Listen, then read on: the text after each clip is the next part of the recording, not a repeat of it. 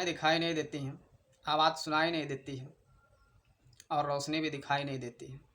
हवाएँ महसूस की जाती हैं, रोशनी की वजह से हमें चीज़ें दिखाई देती हैं और आवाज़ को सुना जा सकता है, देखा नहीं जा सकता है। दुनिया में ऐसी बहुत सारी चीज़ें हैं जिनके होने का हम लोग मानते हैं, लेकिन वो चीज़ें हमें दिखाई नहीं देती हैं। फिर भी हम हमारा ये विश्वास है, हमारा ये यकीन होता है कि वो चीज़ें हैं। इस दुनिया में बहुत सारी ऐसी चीज़ें हैं।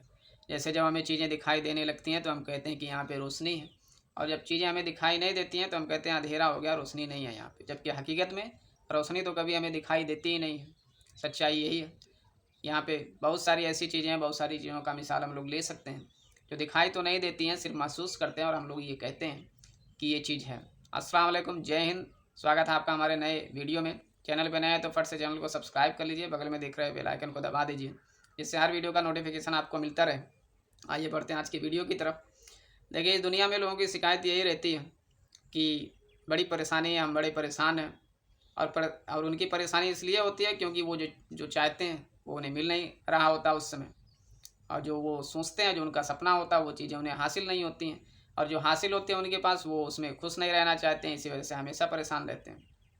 दुनिया बड़ी रंगीन है, बड़ी हसीन है, और दुनिया की रंगीनियाँ उन्हें इस प्रकार जकड़ के रखती हैं ना अपने आप में, कि वो कभी चैन में रहते ही नहीं। कभी ना चैन की नींद आती है, ना चैन की सांस लेते हैं। जैसे जैसे एक एक चीज़, एक एक नज़ारे, एक एक दुनिया की रंगीनियाँ वो देखते हैं, बेचारे उसी में उलझते जाते हैं, परेशान होते जाते हैं।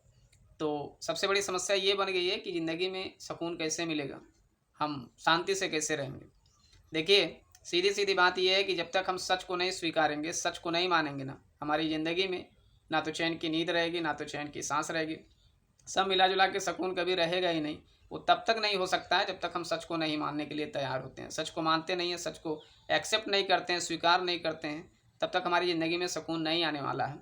जैसा कि हम सभी जानते हैं कि इस्लामिक हिस्ट्री की एक घटना है। एक अल्लाह के नबी हुए हज़रत नूह अलैहिस्सलाम, वो अपने कौम के लोगों को समझा रहे थे कि उल्टा-पल्टा काम ना करो, गलत काम ना करो। काफ़ी समझाए, काफ़ी उनको जो है वो तरह-तरह से समझाने की कोशिश किए कि सही रास्ते पे आ जाओ। लेकिन वो लोग हमेशा मज़ाक उड़ाते रहे इनका, हमेशा मज़ाक उड़ाए, कभी जो है इनकी बात का समर्थन नहीं किए। तो काफ़ी समझाने के बाद कुछ लोग इनके सपोर्ट में आए, और बाकी लोग ऐसे ही मज़ाक उड़ाते रहते थे हमेशा। तो जब हद हो गई, एकदम आखिरी समय आ गया, तो अल्लाह के नबी ने कहा, हज़रत नूह अलैहिस्सलाम ने कहा कि देखो, एक भयंकर ज़लज़ला आने वाला है, और ज़लज़ला जब आएगा तो उसमें सब लोग तबाह हो जाएंगे, बर्बाद हो जाएंगे। इसलिए अभी भी वक्त है, तुम लोग सुधर जाओ और मेरे साथ आ जाओ। तो ये सारी बातें समझा ही रहे थे। वक्त आखिरी आ गया था कि अभी ज़लज़ला आने वाला है, सब तबाही मच जाएगी, कोई रहेगा नहीं। सिर्फ वही लोग बचेंगे जो हज़रत नूह अलैहिस्सलाम के साथ में होंगे। उस समय भी लोग मजाक उड़ाते रहे और कहे कि अरे, तुमसे पहले भी लोग आए, ऐसे हम लोग को समझा रहे थे कि ज़लज़ला आएगा, ये होगा, वो होगा, लेकिन कभी तो कुछ नहीं हुआ। और लोगों की तो बात ही और थी। यहाँ तक कि हज़रत नूह अलैहिस्सलाम का जो एक बेटा था वो भी इनके खिलाफ़ हो गया, इनकी बात मानने के लिए तैयार नहीं था। तो आखिरी समय में हज़रत नूह अलैहिस्सलाम ने अपने बेटे से कहा कि बेटा, मेरे साथ आ जाओ, और इसी में भलाई है, नहीं तो ज़लज़ला आएगा, सब तबाह हो जाएंगे इसी में। तो हज़रत नूह अलैहिस्सलाम का जो बेटा था वो एक पहाड़ी पे चढ़ गया, और वहाँ से खड़ा होके बातचीत होने लगी। कहने लगा कि मैं जो है इतनी ऊँची पहाड़ी पे आ गया हूँ। इससे पहले भी तो बहुत लोग कह रहे थे कि ज़लज़ला आएगा और सब तबाह हो जाएगा, बर्बाद हो जाएगा, कभी हुआ नहीं। लेकिन अब की बार तो देख रहे हैं कि आसमान कुछ इस तरह से दिखाई दे रहा है कि ज़लज़ला आएगा, मौसम कुछ लग रहा है।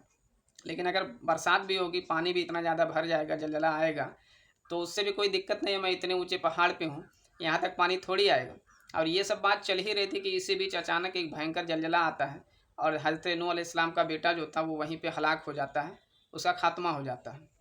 और ये जो नबी थे हज़रत नूह अलैहिस्सलाम, ये उस समय कह रहे थे कि ये कश्ती जो मैं यहाँ पे ये आँखों के सामने दिख रहे हैं, जिसका निर्माण मेरे द्वारा हो रहा, किया जा रहा, आगे सब लोग, जितने लोग इस पे सवार हो जाएंगे वो बच जाएंगे। लेकिन लोग बात मानने के लिए तैयार नहीं थे। कुछ लोग थे जो इनकी बात को माने, जो जाके उस पे सवार हो गए थे, वो सुरक्षित रहे। ज़लज़ला आया, सबको तबाह किया, बर्बाद किया, सब लोग ख़त्म हो गए। सिर्फ उतने लोग बचे जो इनके साथ में थे। और फिर उसके बाद अल्लाह तबारक व तआला ने हुक्म दिया ज़मीन को कि पानी को पी लो और निगल लो, निगलना शुरू किया ज़मीन ने। और फिर कुछ समय के बाद जो है ज़मीन बिल्कुल सही हो गई। अब चूँकि ये लोग इसलिए हलाक और बर्बाद हो गए क्योंकि ये सच को स्वीकार नहीं किए, सच को नहीं माने। इसी तरह से हम लोगों के ये आजकल के जीवन में ऐसी बहुत सारी बातें, बहुत सारी सच्चाइयाँ हैं जो हम लोगों को माननी चाहिए, लेकिन इंसान जो है मानने के लिए तैयार नहीं है। हम लोग मानते नहीं हैं, और इसी वजह से हम लोग परेशान रहते हैं अपनी ज़िंदगी में।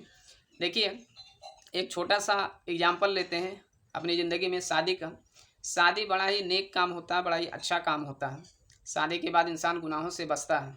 दो दिल बांधते हैं एक दूसरे से, एक दूसरे को स्वीकार लेना, कबूल कर लेना ही ये शादी का नाम होता है। एक दूसरे को पति पत्नी मान लेना, दिल से स्वीकार किए, ये रिश्ता बन गया पति पत्नी का। और फिर मान्यता मिल जाती है, समाज धार्मिक तरीके से भी, समाज से भी मिल जाता है, हर नज़रिए से ये पति पत्नी हो जाते हैं, मान्यता मिल जाती है। अब इस ज़माने में, इस आधुनिक ज़माने में इसको इतना बड़ा बवंडर बना दिया गया, इतना ज़्यादा नौटंकी कर दी गई इसमें, कि शादी के नाम पे लोग इतना सारा खर्चा, इतना सारा फैशन बना दिए हैं कि शादी के चलते एक आदमी वो होता है जो घर खेत सब बेच के बेटी को ब्याहता है, अपने शादी करता है, और ये लूटता है जो बाप होता है बेटी का। और एक तरफ लूटने वाले होते हैं जो बेटे के बाप होते हैं, वो सोचते हैं कि सब उठा के बेटी वाला हमको दे दे। और इतना सब कुछ देने के बाद भी इनका मुंह कभी सीधा रहता नहीं है, मुंह हमेशा लटकाए रहते हैं, बुराइयां हमेशा करते रहेंगे उसकी। ये सारी परेशानियां, सारी मुसीबतें सिर्फ इसीलिए रहती हैं क्योंकि हम सच को स्वीकारते नहीं। अरे भाई, शादी करना है तो शादी तो आराम से हो सकती है। अपने जो खास खास सगे संबंधी हैं उनको लेके जाइए, सच को स्वीकारिए, दो दिलों का मिलन है, जो भी अपना जो है सही रीति रिवाज हो उस हिसाब से शादी कर लीजिए अपना। दुनिया भर का नौटंकी करने की क्या ज़रूरत है, ये बवंडर रचने की क्या ज़रूरत है जिसमें दुनिया भर का खर्चा होता है। और वही लोग जिनको अपनी शान दिखाने के लिए बुलाते हैं, जिनके लिए लाखों अरबों रुपया खर्चा करते हैं, बाद में कोई पूछने वाला होता नहीं है। इस तरह से जितने इससे पहले भी ऋषि मुनि आए, पैगंबर आए, सभी ने यही समझाया लोगों को कि भाई चोरी मत करो, झूठ मत बोलो, किसी की दौलत, किसी की इज्जत को लूटो मत, कुछ उल्टा पल्टा काम ना करो, सूद ब्याज से बचो, जो भी गंदा काम है वो सब ना करो। लेकिन लोग जो हैं, जो मानने वाले थे, बहुत कम रहे।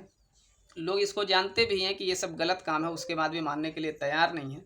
और यही वजह है कि हम लोग परेशान रहते हैं। जिस दिन हम लोग सच्चाई को मान लेंगे, स्वीकार लेंगे सच्चाई को, ना कि सच्चाई यही चीज़ है, उस दिन हमारे जीवन में एकदम शांति आ जाएगी, सुकून आ जाएगा। लेकिन बस भाग दौड़ में, रेस में लगे हुए हैं सब कि कौन किससे आगे निकल जाए। पैसा पास में आना चाहिए, चाहे अच्छा है चाहे बुरा है, वो चाहे जहाँ से आना चाहिए, बस पैसा आना चाहिए। लेकिन इंसान को ये सोचना चाहिए कि जो हमारी धार्मिक किताबें हैं, या जो महापुरुष हुए, जो भी पैगंबर हुए, ऋषि मुनि हुए, ये जो बता के गए हैं, उनसे ज़्यादा होशियार तो हम नहीं हो सकते हैं। जो धार्मिक किताबें हमारी कह रहे हैं, इनसे ज़्यादा अक्लमंद तो नहीं हो सकते हैं। तो सारी कामयाबी इसी में है कि हम सच को स्वीकार लें, सच को मान लें। अगर सच के बात को हम मान लेंगे तो फिर हमारे जीवन में खुशियाँ होंगी, शांति होंगी, एकदम सुकून रहेगा। घर में भी, समाज में भी हर तरह से सुख शांति रहेगी। अस्सलाम वालेकुम, जय हिंद।